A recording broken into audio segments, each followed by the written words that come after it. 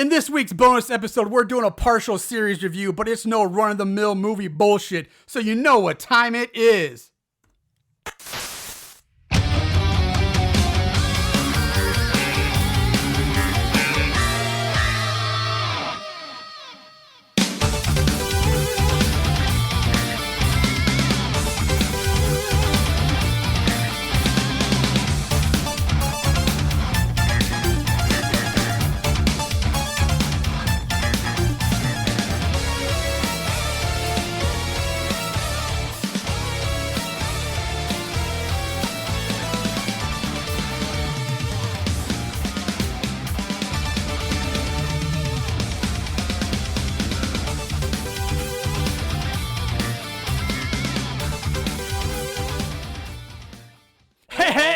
Welcome, Moon Goons.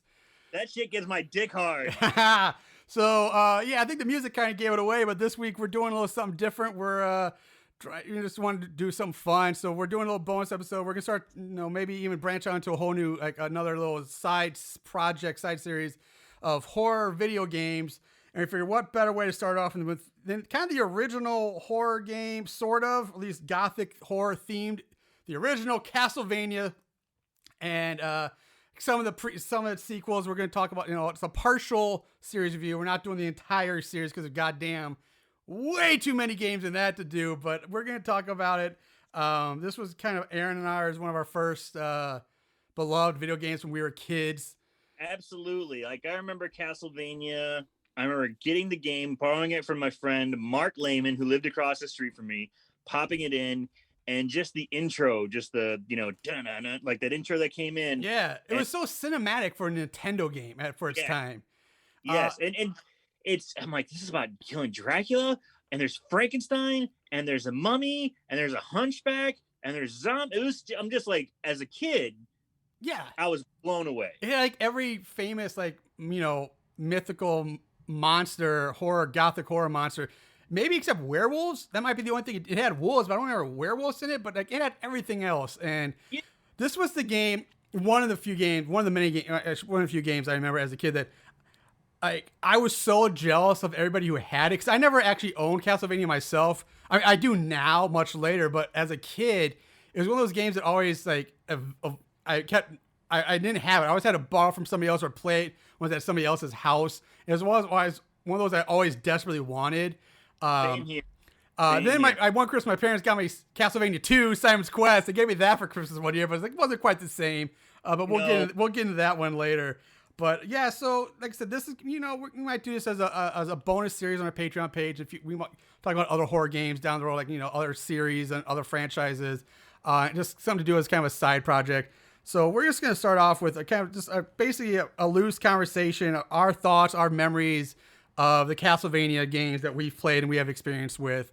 You can disagree with us all you want, or you may not get to these certain games you may want us to, because like I said, these are ones that we've played or that we have fond memories of. And since Aaron was kind of the one who spearheaded this idea, I'm going to kind of let him take the leads on this one and kind of let him run the show on this, and I was kind of chime in here and there. So Aaron, take it away, man. Castlevania is probably one of my favorite video game series of all time. It kind of got me hooked on video games. I mean, just starting off with the original Castlevania artwork on the front, it's fucking phenomenal. I mean, it's really cool. Actually, I have a shirt that Cincinnati Jeff from Here Comes the Spooky podcast got me for my birthday, which is really sweet. It was a Castlevania shirt. And I couldn't be happier. It's actually very, very cool. But did you know there's an actual plot to Castlevania? Yeah, there is an actual storyline. Which again, for like a Nintendo game, I'm not saying it's the only one, but it's very few. I mean, all games have some kind of plotline, but this one had like a real like storyline and like stuff like character depth and like character backstories to it that you could actually get into. Booklet. So much of it was in the booklet, and it's not really translated in the game very much, because the game, you literally start off with your whip, or the vampire killer as it's called. Yeah. And you go along and you just start kicking ass. It doesn't even have a little intro or prologue or anything like that. But again, because NES games were so limited in what they had available that they didn't have the extra memory or capacity to do a lot of the backstory cinematics. So a lot of Nintendo games, like Legend of Zelda is a big one for that. But I get all the backstory of like Hyrule, or in this case Castlevania, in the old instruction manual booklets that came with the game that were so kind of cool. Get a load of this. In the year 1691, Transylvania enjoyed a century of peace thanks to legendary hero Christopher Belmont, not Simon Belmont, who we play as, who was a vampire hunter who vanquished Count Dracula 100 years ago with his trusty whip, the Vampire Killer. During an Easter celebration 100 years later, during an Easter celebration, some evil men with darkness in their heart seized upon the opportunity because the power of Jesus is weakened and the hearts of men and have yearned for chaos and destruction. They were able to revive Count Dracula. The men succeeded in bringing him back. A bolt of lightning enveloped a monastery where a ritual was held, signaling the resurrection of Count Dracula. His castle comes back, minions return, and then Simon Belmont, who's alive at the time because Christopher Belmont was the first one 100 years ago, just said, shit, well, I'm the guy who carries the Vampire Killer whip. It's my turn to take on Dracula. And in the Castlevania game, he goes to Castlevania, kills Dracula, but in the process was horribly wounded. Did you get any of that from actually playing the game? Nope. Nope.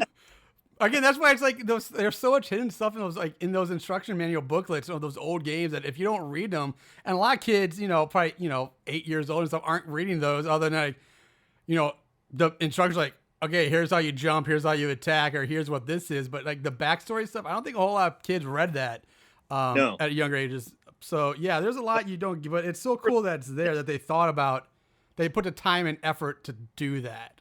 You know? I mean, it's really cool. I like the game. I like the way it starts. I like Simon Belmont, the character. They say he's a 22-year-old vampire hunter who's a descendant of Christopher Belmont. He's the nemesis of Dracula. This whip is passed down from generation to generation, and he just happens to be the one who has to go back out and fight Dracula. I think that's pretty cool.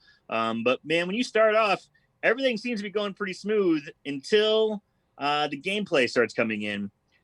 The gameplay is pretty smooth. It's not bad for a Nintendo game. No. But there's one flaw that just drives me nuts. And that's when you get hit, you fly backwards. Yeah, the knockback. And you can't control it in any way, shape, or form. Yeah.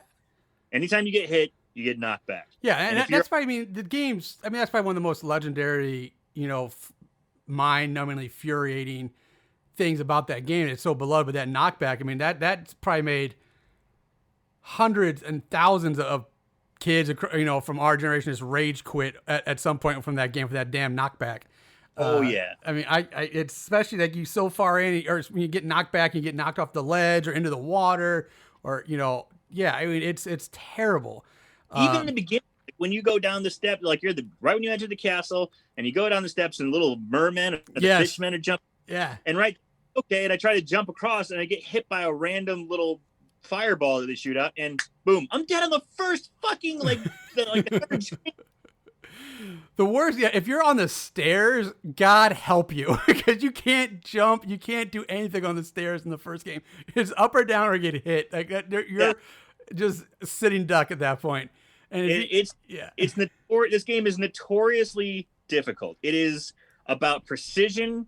It's about learning patterns. And as a kid, I could only get so far because I didn't have the patience or the wherewithal to figure out the patterns. Yeah, and again, like I said, I never owned the game as a kid, so I was at the mercy of whoever's house I was at would let me play it long enough, or if I borrowed it for a certain amount of time. But yeah, most of the time it was same thing. I get so far, and I'd run out of time, or I would honestly I get so frustrated. I just I'd quit. But it was still at the same point. It's still so good. And yes, it's very, very difficult, especially the further you get. But it's not like Ghosts and Goblins or whatever it is difficult. Oh yeah, that's even harder. Or Ninja Gaiden, but goddamn. But man, yeah, it's just so compared to other games, even though it's still a side scroll. Just to me, the whole experience seems so episodic, not episodic, but so epic, and so even playing it felt almost like a movie. Even though there were no real cutscenes, but compared to going around playing Super Mario Bros. Just bopping around, headbutting things, Right. and jumping and stuff. Didn't have the same like intensity. Like, but when I'm playing Castlevania, the first one, it's like there's something about it that feels so much more intense, so much more like this. Like I keep using the words, but cinematic playing the game. That it was just so great. I'm killing monsters. Yeah. I have and I can upgrade my whip. I have side whips. I can throw a knife at people. I can throw holy water at people. Battle axes arcing around, boomerangs. Yeah, I mean it was so cool. What was your favorite side weapon? That's a good question. I like two. I had two favorites. The axe was only useful in hand. Like the axe was great for like the bat in the beginning, but it kind of lost its thing. The boomerang was nice because it would, you would get the double hit. Yeah. I don't know. I don't know if it's the dagger or maybe the boomerang or holy water. One of those three, probably. But I don't remember which one was my favorite. The stopwatch, baby. Oh yeah, I forgot about stopwatch. The stopwatch is great. It freezes time. Yeah, how can I forget the stopwatch? Whenever those Medusa's heads would really start getting intense. Fuck those things. Fuck those Medusa heads. The Medusas and the goddamn bopping around, like jumpy little Igors. Which at first I thought were monkeys, but then you read the book and it's Igors. The fucking Igors and Medusa heads are the bane of that game.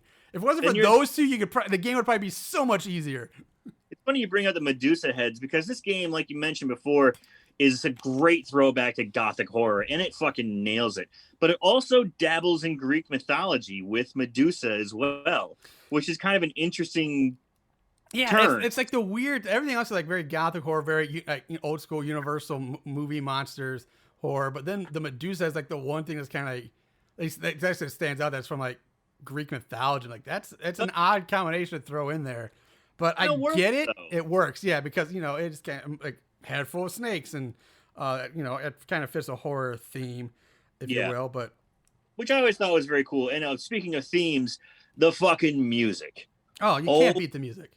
My God, the music is absolutely fantastic. The music was composed by Kinyu. Pardon me, I'm probably going to butcher this. Kinyu Yamashita, which it was a she. She that was her only score that she provided for the series when she was working at Konami. However, it's been reproduced, featured in so many different things. It's one of her favorite pieces. Oh no, it should be. It's probably made it. First of all, I never knew it was done by a woman. That's cool. But it's one of the most iconic theme musics to ever from all video games, especially Nintendo. Maybe Mario Brothers and some Zelda music, but other than that, like Castlevania, maybe Mike Tyson's Punch Out has some classic music, Mega Man. But Castlevania, man, that one still I think more people that one's I think stood the test of time more than probably any of the other ones. It's so good. So I was really happy to find that information out, and it's a treat, man. The music's fantastic. That intro piece we just played was a rendition by Vomitron, which is like a 10-minute long song. But I have that song in my workout playlist. The fact that you have Castlevania on your workout playlist just brings such a smile to my face for some reason. I love that. I've got Mega Man. I've got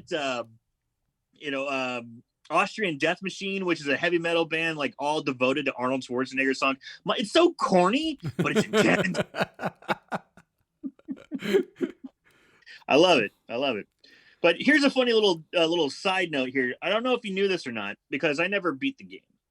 I just didn't have the wherewithal or the dedication to actually sit down and play through the entire game. But in the credits, they do like a joke kind of thing. They credit people, and they do like a stupid little play on names. Trans Fisher, who is an actor named Terrence Fisher in one of the Dracula movies. Bram Stoker for Bram Stoker. Yeah, I remember hearing about that. I saw that on like YouTube or something like that. Yeah. Yeah, it's so. I think Angry Video Game Nerd. I think that's where I probably saw it was on his Castlevania series. It's ridiculous. It's so silly. I don't get it, but I don't know if they're trying to be funny or. I think so. I think they're just gonna be funny. I mean, it was Nintendo in the '80s, so I'm sure it was just trying to be a little humor. It's kind of silly though. Here's another interesting piece of trivia. The game's release in North America corresponded with the 90th anniversary of Bram Stoker's Dracula. Well, that's a good marking right there. Yeah. Also, Simon Belk, the cover art that I was talking about, The very cool, iconic Dracula in the background, Simon in the foreground, his back turned, looking all fucking ripped and ready to kill.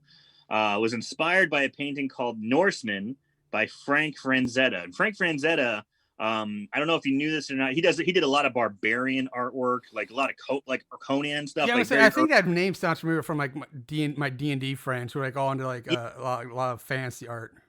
Yes, exactly. He does a lot of that stuff. And this was, I think this was back. Yeah, it was inspired from the Norseman that was drawn or painted in 1972. So it's a nice little homage to it. And they actually use that. They have them do a 2.0 version in the Castlevania Netflix series for their poster. That's so cool. It's pretty cool.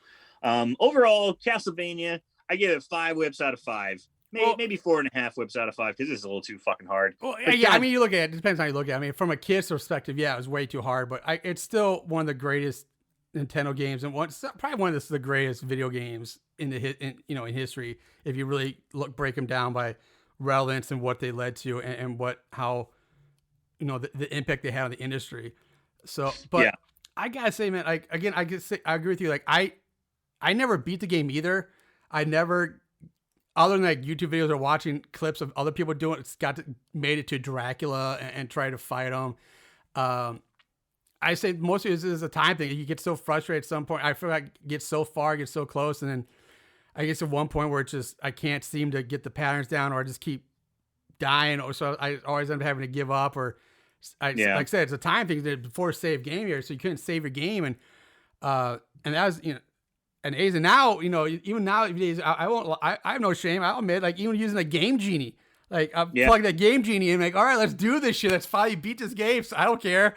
I still can't do it. Like, it's just the pattern, man. That knockback, those fucking Medusas and Igors, man, like, they get me.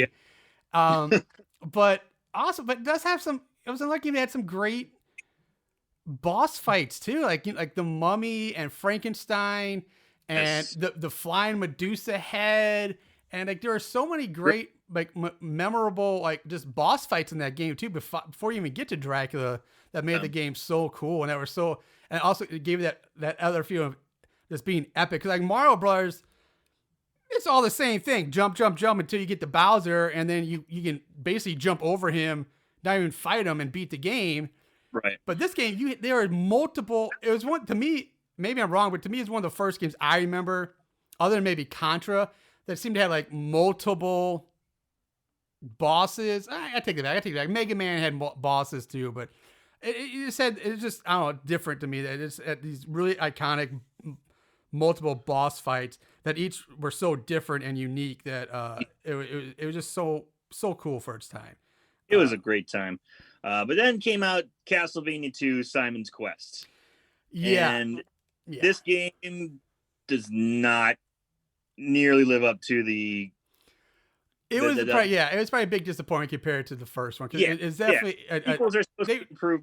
This was not an improvement. Well, they were trying to do something. They obviously trying to do something different than the first game, trying to make it a little more, like a better. Well, I don't necessarily like to use the term, but we'll say RPG-ish, more questing like, instead of just running through one castle and do all thing. It was more try to be more, I guess, spread out and more grander scheme, like a larger scope, I guess, if you will. And I do remember this is the game I had. This is the first Castlevania game my parents gave this to me for Christmas one year. I was so excited to get a Castlevania game, and then I played it. And I'm like, what the fuck? I felt so like I want Castlevania, and I got this. But yeah.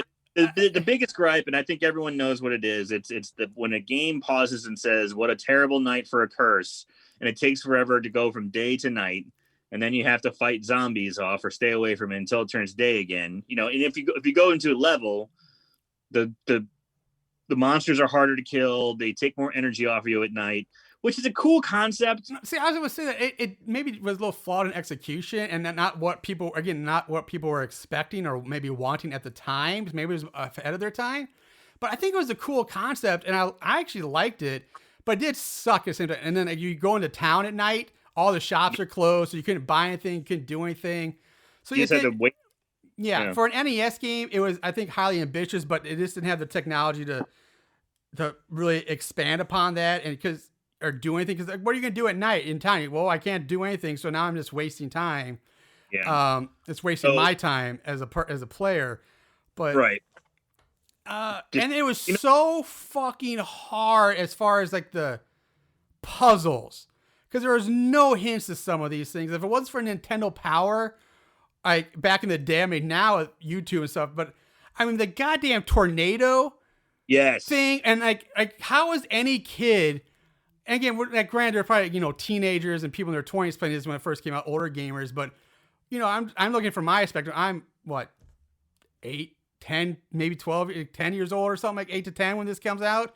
Like, there's no way us as 10-year-olds at best are gonna figure that shit out. Like, that's infuriating. And I remember there's one point where you come to like a lake where it's a false lake, it's a fake lake, and again you have to like squat down. Like every other place in the game, water kills you instantly, but this one, it's like a false floor. Like there's water there, but you can see just a smidge of black space underneath it, which means you can jump down into the water and go into like a cave underneath the surface, which again is like a total bullshit fuck you trick. Because like there's no way you would think to do that on your own. So it made it so difficult and so infuriating to try to beat that game. Whereas the first one, again, was just no more straightforward. Go through the castle, kill everything.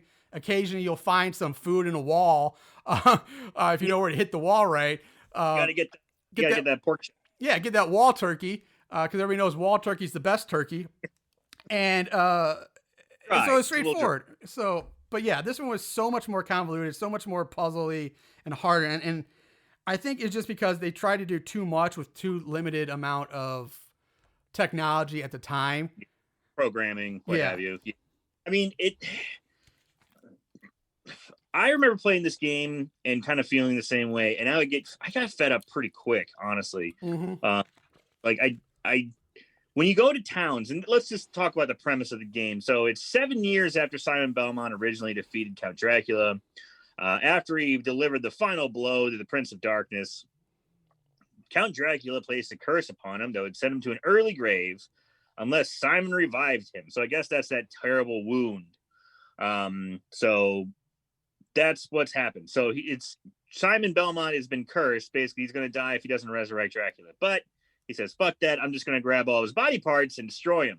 So he goes to Jova, Veros, Aljaba, Aldrun, Aldun, Fetra, and Goulash. These are the names of the towns to go to. Yeah. To liberate the people and search for Count Dracula's body parts, which have been hidden in 5 different manners. Once he gets all the parts, he took them to Dracula's castle and burned them. Yeah, so that's what he does. And then, of course, when he does that, he forgot to burn Dracula's fang. Well, Dracula comes back and they fight, and Simon Belmont wins. So Dracula in this is like, what's that movie? There's a movie like shit, I'm forgetting, but there was some movie or some pop culture thing where some enemy, like if you didn't kill every little bit, if there's one little piece remained, one cell remained, he could totally reform himself. Like I think you're thinking Ball Z. Cell maybe. Yeah, I don't know. It's like, what is happening? Like what? How is that even possible? Like the Dracula lore gets crazy with this series, but the joy of that also is that you can kind of get a little crazy with the lore because it's fucking spirits and craft and magic and which can be fun, which is pretty cool. The game itself is like, I mean, you said it so perfectly. It's just it's a convoluted mess, and if you don't have inside information, there's no way you'd know how to play it. So it's like it's almost like the game was made for you to have Nintendo Power, or something. Yeah, I can't imagine anybody beating that game without it, or being able to really enjoy it. I know I tried to play as a kid. I kept trying to play, and I could only get so far because I just didn't know what the fuck I was doing, or I'd had to borrow. Like I said, I'd had to borrow somebody's Nintendo Power, and then I can't forget the fact that when you do complete like one stage, like one area is like, and there's like a puzzle at the end, which again, if you don't throw the stake at the orb, like a wooden stake at the orb, Like, you can't finish it. Like, again, like, how are you going to know to do that? Why would you even think about throwing a wooden stake at an orb? Like, it's not, like, it's just, it's so Fury, but it's famously bad, I know, but I do want to give it some credit, because I just think they really tried some very, what's the word?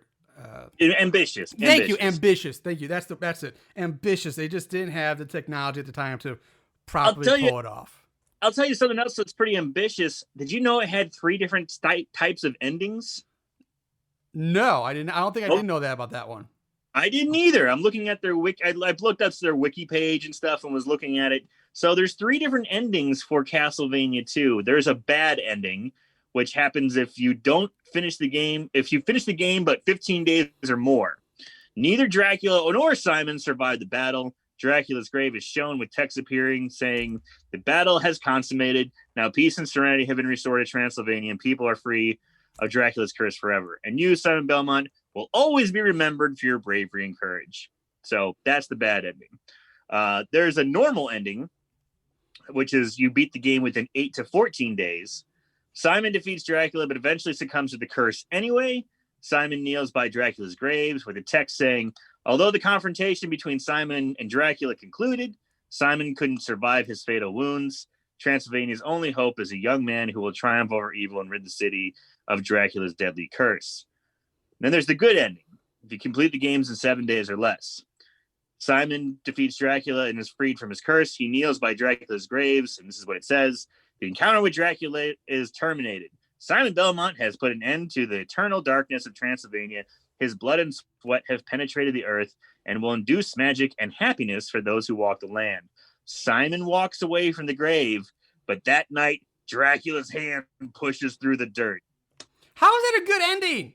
Like, none of these really make sense. The bad ending seems like, okay, well, they both die, but like all the people are safe and happy. Okay, that's not that bad.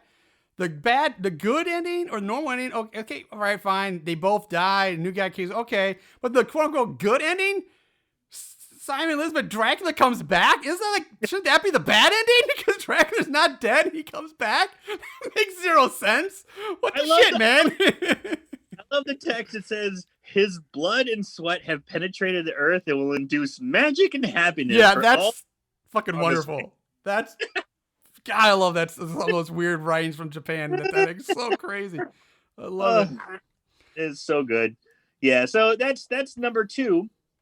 And then there's Dracula 3, Castlevania 3, Dracula's Curse. Now, this one, if I'm mistaken, this is the first one that came out on Super Nintendo, right?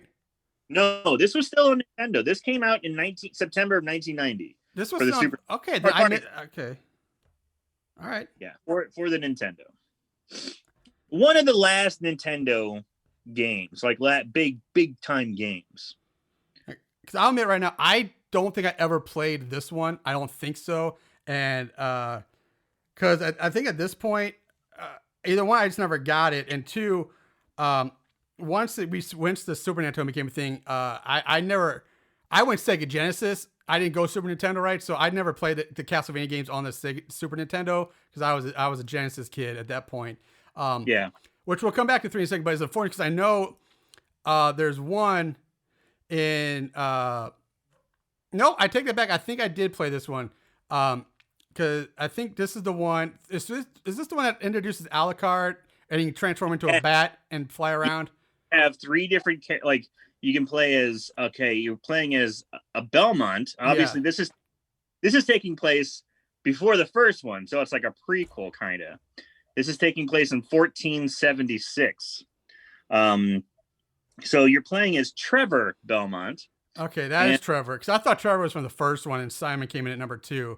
I guess I forgot Simon was in both of them, because I thought Trevor was the original one. That's why I'm being confused. This timeline gets me confused. Okay. This is the one where you can change characters. You can find different characters along your quest and choose to play as. Yeah. Halfway. Oh, there's Sypha Blanadas. I probably butchered that. Is that the one who's like the girl who's like white, looks almost like a ghost or something? She's just wearing all white. Like a wizard or something. Yeah, something like that. There's Grant Dynasty. Who... His name's Grant Dynasty? That's hilarious. because it's Danasty, so it might be Danasty. The nasty. I just, for some reason, I hear that. The first thing that popped in my, I try to imitate him, but just pop Nachos McWerewolf pop into my mind. Just pop the nasty. We're trying to say that. So, and then there's Alucard, like you said, who is Dracula's son. Yeah. Okay, I did play this briefly. Again, it was either I rented it or I borrowed it, but I never owned it, and it was very, very short-lived because I do remember loving the fact that it had different characters. I thought that was awesome. I remember thinking that was the coolest thing in the world at the time, but I never had a whole lot of time with this one or experience with this game, unfortunately. Yeah, and I also, same here. This was a renter. I remember also being pretty hard. I could only get to it past a couple levels. I couldn't unlock all the characters. I never got Alucard. I think I got Sypha and Grant, but I never got Alucard. It was. I don't have a lot to say about this one.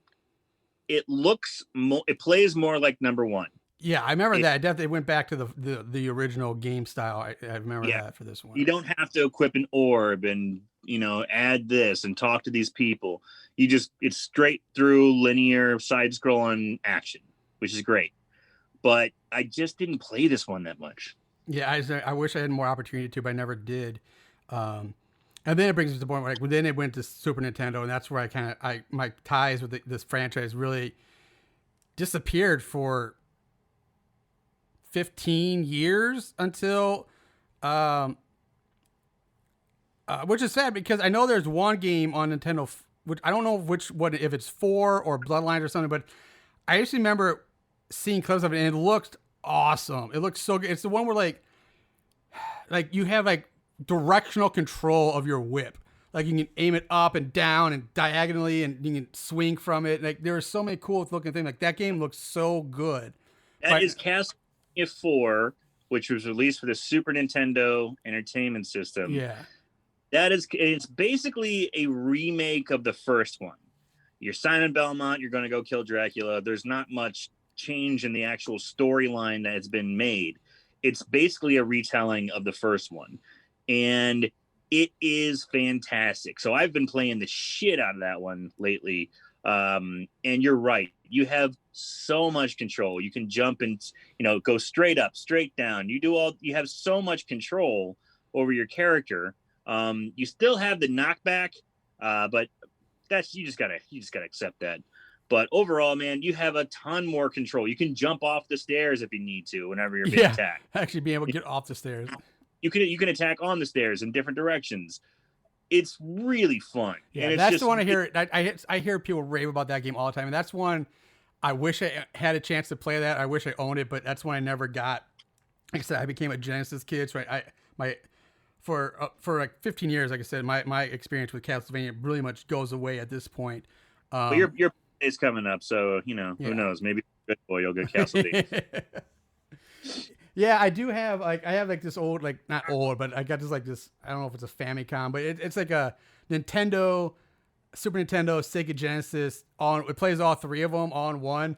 So I building up my old school library, but again, trying to get some of those old games is hard because they're so classic, and two, they're so fucking expensive now. I'm like, yeah, I'm not spending $60 on or more on an old Nintendo game, in 2020. So but yeah.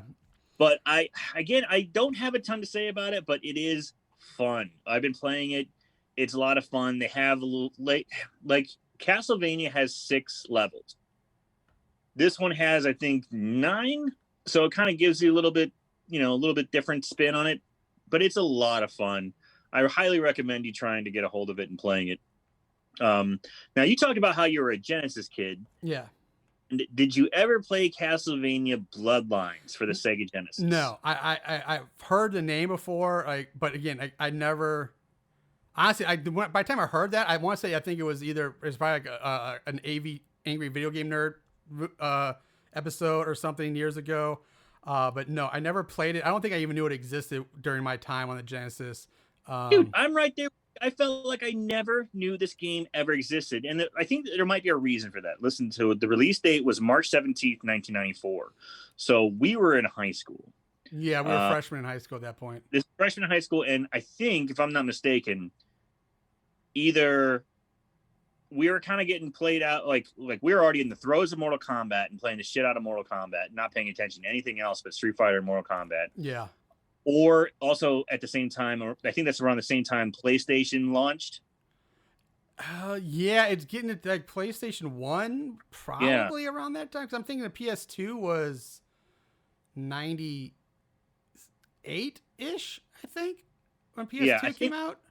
If it hadn't gotten close to being launched, because this came out in March 17th, 1994. So this was at the very end, essentially, of the Genesis. Yeah. It was there was, I don't remember ever hearing about it, but I have an emulator and I have the game downloaded for my Sega Genesis, and I played it before we talked. I played it a couple days ago. Holy shit, it's awesome. Is it? It's such a fun game. You have good control. You can play two different characters. You can play as Eric Lacarde. That's okay. That's the one I was about to ask you which one, because I knew at one point a new hero came in that wasn't a Belmont, and I think he wore like, I thought he had someone with an L, and he wore like blue. Like the Belmonts always were brown, and this guy was like blue or something like that. Like his clothing. Like, okay. Is John Morris, and he is the son of Quincy Morris, the Texan character from the actual Bram Stoker's Dracula book. Huh. So now tying in actual Bram Stoker's lore into this wacky Castlevania lore. So we're having an actual crossover, which is pretty crazy. I kind of love it. And this game plays pretty smooth. It's kind of hard, but it's pretty cool. I like the way it's loosely tied with the Dracula novel. So let me read a little plot synopsis. 19th century Europe. Europe's greatest nations have gone through great lengths to maintain balance and power throughout Europe. The inhabitants sensed that war would be unfold sooner or later. Countries formed several alliances, who in turn harbored feelings of distrust of one another. On June 1914, Sarajevo, the crown prince of Austria, was assassinated, result of a chain reaction of violence which occurred to the continent. Yes, that's World War I. It was said that strange, beautiful woman was involved within the shadows. Basically, she turns out to be an international ghoul, and she is trying to revive Dracula. International ghoul? Is this like James Bond? She's an international spy? Like, what's an international ghoul? I just never heard that. Oh, she's a ghoul. Okay, fair enough, but an international ghoul. That's kind of funny. I kind of love that. All right, never mind. I meant sorry, not international. But I kind of like that too. Her name was Elizabeth Bartley, and she teamed up with a sorceress, Drolta Zunetez, blah, blah, blah, and they're going to revive Dracula. So two ladies are getting together to revive Dracula. I think, if I'm not mistaken, they're in the Dracula Netflix series, which Castlevania Netflix series, which I just started watching. I watched the first season, which is only 4 episodes. It's like the weakest season. Like, all right, I'll watch it. It's 4 episodes, and then I'm like, okay. I think season 2 has come out since then, but I haven't watched it yet, so I don't know. Season 3 just dropped too. 3. I hope it's more than 4 episodes, but yeah. So anyway. But this game is pretty cool. I really wish I would have known about this. But at the same time, I mean, we're in high school. It was actually towards the end of our freshman year. Or no, wait, pardon me. No, the end of our 8th grade year. So we're going into high school in summer of the September of 94. So yeah, it would have been out by then. But so high school, we weren't I was I know I was still playing video games, but my freshman, I'm trying to think what games I was playing in freshman year. And again, a lot of it was, Nintendo, or not Nintendo, Mortal Kombat had been released on the Sega. And that was everything. That's when I kind of started my big fighting game craze. Yeah. And some of the ripoffs, like Eternal Champions and of course Street Fighter 2. And Yeah, so that's probably why we missed it. It just came out at a bad time where we were just like either obsessed with the fighting game or just not really paying that much attention to other video games at that time, because it was such a, it was just a time period for us. But yeah. So I never played that one at the time. I played it now. It's a lot of fun.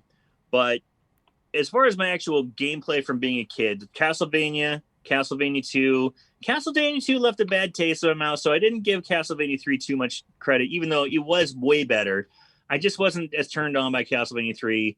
And so that means for like 10 years, I kind of went without playing any Castlevania games until PlayStation came out with Castlevania Symphony of the Night. And holy shit, did that rock my balls. That game, that game, although for me it was much, much later. Because again, I don't think it was even on my radar when it was on the PlayStation or PS2 or whichever one it was when it came out. I think at that point I wasn't into it. I was into other genres or other types, but it wasn't until I think probably like 2009, 8, 9, somewhere around there, where Symphony Night got released updated and released on the Xbox, where I could download it on my Xbox 360 or the One or something like that. I guess it would have been 360 at the time. And that's when I downloaded that, because I remember a lot of people saying, how, hearing Symphony Night and how good it was. I'm like, oh, Castlevania game, oh, cool, let's give that a shot.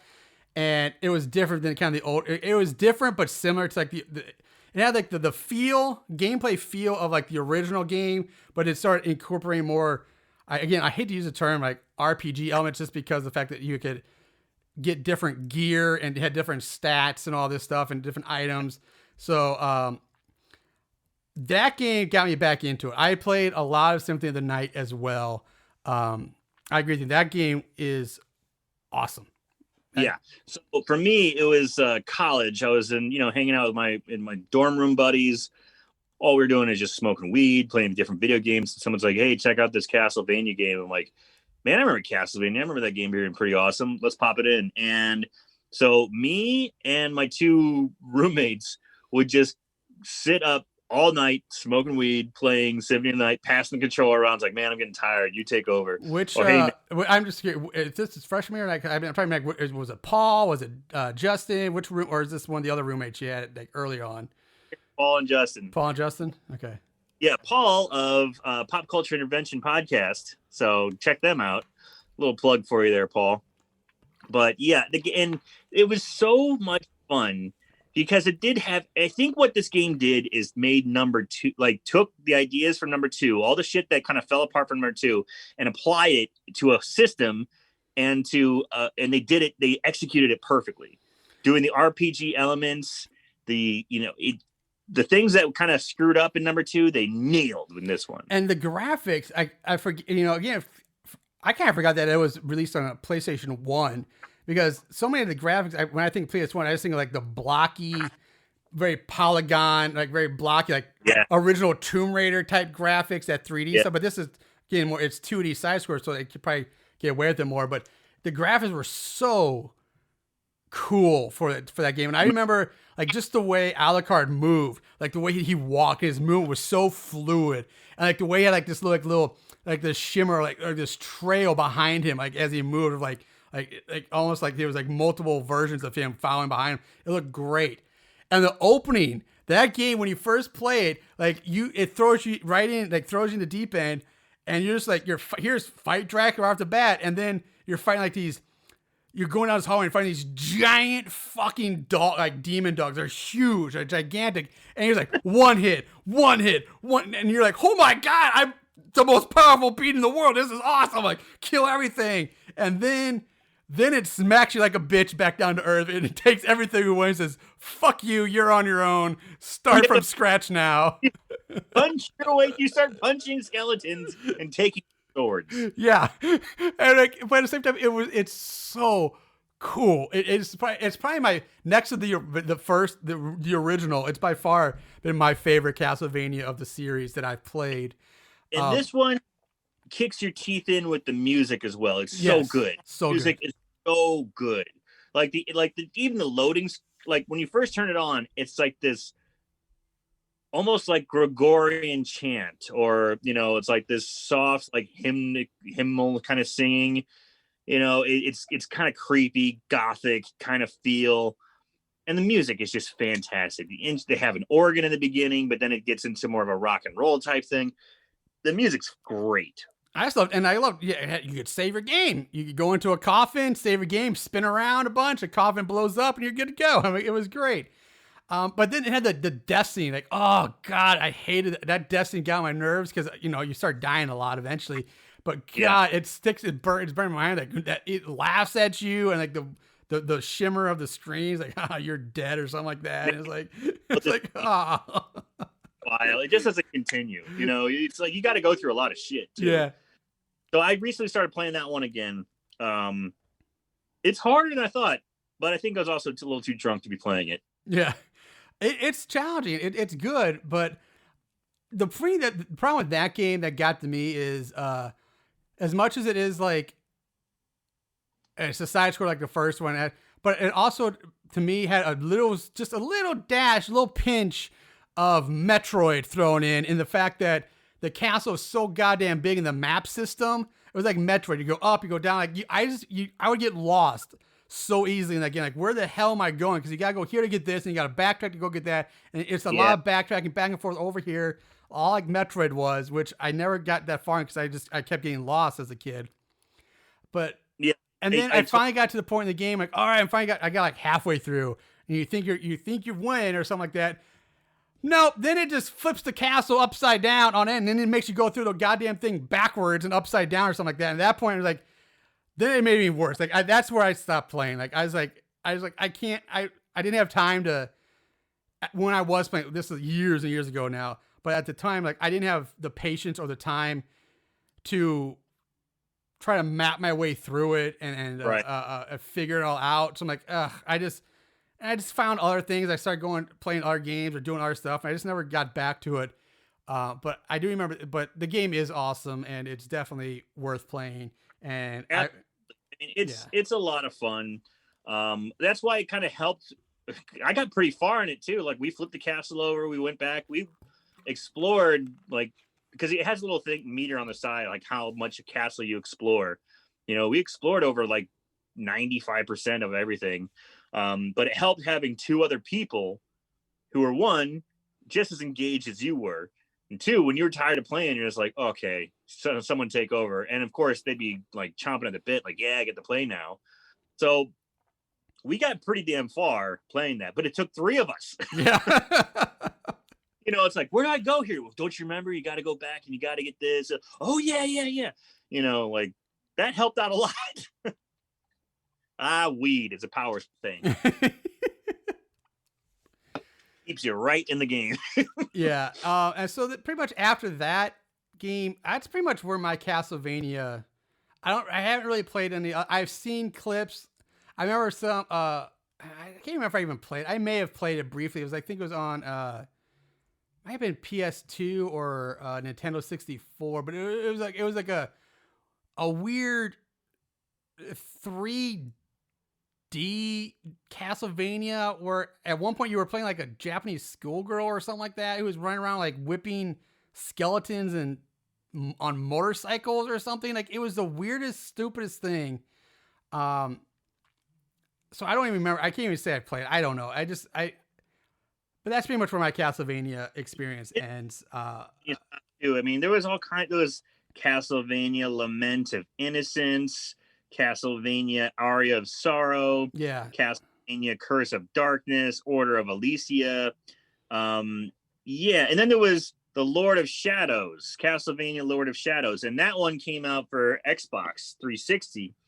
And my wife, being a sweetheart, she knew that's when I first started replaying Castlevania. This was probably about, 6-7 years ago. Yes, I remember this. Yes, oh yeah, to be kind of into Castlevania again. That's cute. Oh look, there's a game for the Xbox 360 called Lord of Shadows, and I popped that bad boy in there, and holy shit, is it weird? It was cool. The gameplay wasn't bad, but it just didn't feel like Castlevania. For me, it was always that side scroll action at its finest. That's what I really liked about Castlevania. This was more 3D, more expansive. You had a big world you went through. There was a combat system. There were very amazing cinematic cutscenes. Fucking Patrick Stewart is one of the voices in that game. The game is very, very, it's got a lot to going for it. It really does. It just didn't grab me, though. It just really didn't get me over the hump of like, yeah, I'm going to throw myself into it. And to be perfectly honest, I'm not a huge gamer, so it takes a lot for a game to really grab me. I felt like this one was close, and if I go back to it and play it, maybe, but it just didn't quite get me. Plus, at the same time, I lived in a smaller apartment, and we didn't have a good setup for video games. So, yeah, maybe that's one of the reasons, one of the things that led me down that path. But I was blown away that Patrick Stewart was a voice in that.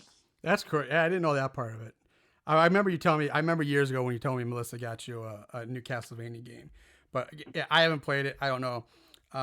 So basically, yeah, I stick with the original, like probably the first 4, and then Symphony of the Night is kind of like that's my Castlevania go-to. That's my Castlevania world. I'm happy with it. Maybe Bloodlines. That'd be, I guess, maybe try to check that out someday, as well. But yeah, one through 4 and Symphony of the Night. That's my Castlevania comfort zone. That's all I really need when it comes to the Castlevania video games.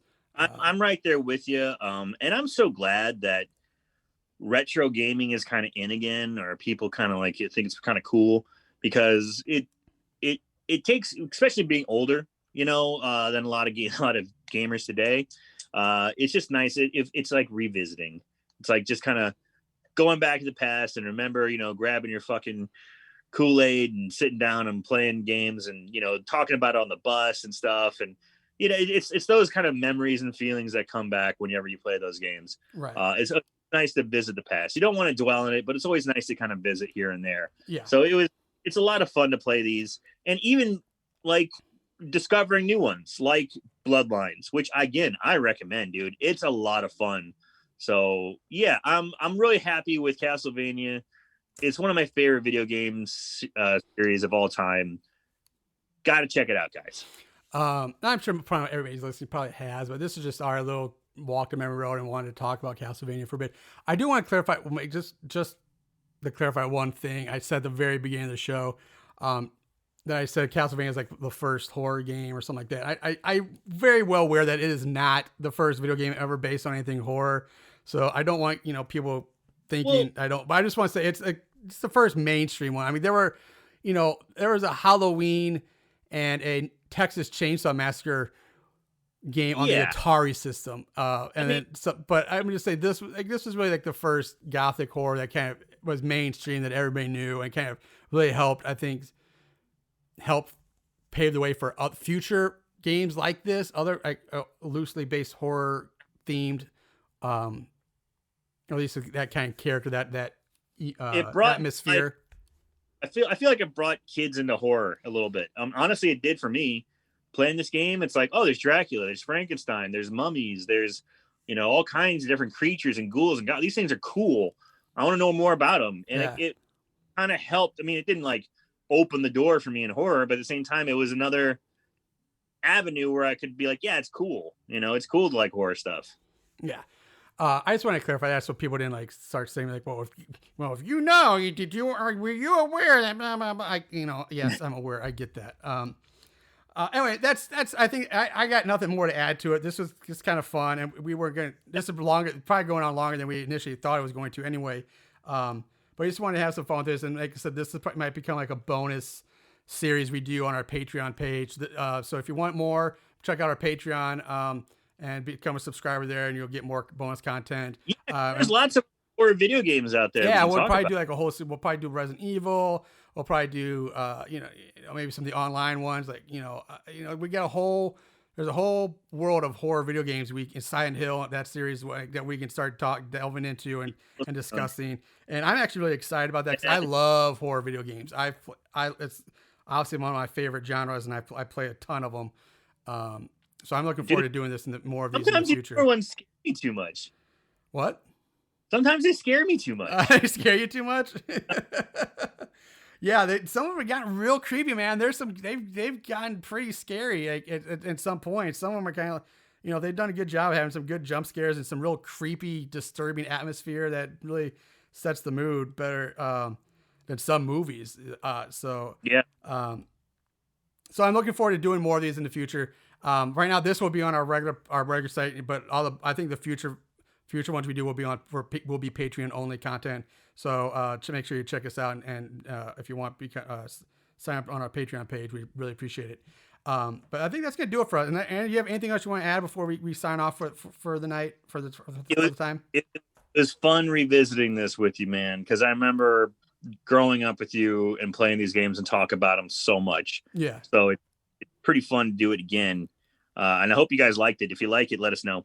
And just one last thing, we're going to clarify. Have you beaten any of the Castlevania games in the entire series ever? Because I have not. I have yet to ever beat a Castlevania game. As much as I have never beaten one of them. I may have beaten Symphony of the Night, but I was so stoned I don't remember. Well, that's one like what is a man, but like a pile of flesh and lies or something like that. It's really weird. It's a miserable pile of secrets. Oh, the voice acting is so dog shit. It's so horrible. I can't. We should have talked about that, but we're not gonna. That's for another time. All right, guys. Thanks for listening. We'll be back later. So you know what to do in the meantime. Watch more horror movies or video games, and remember to always keep it tight.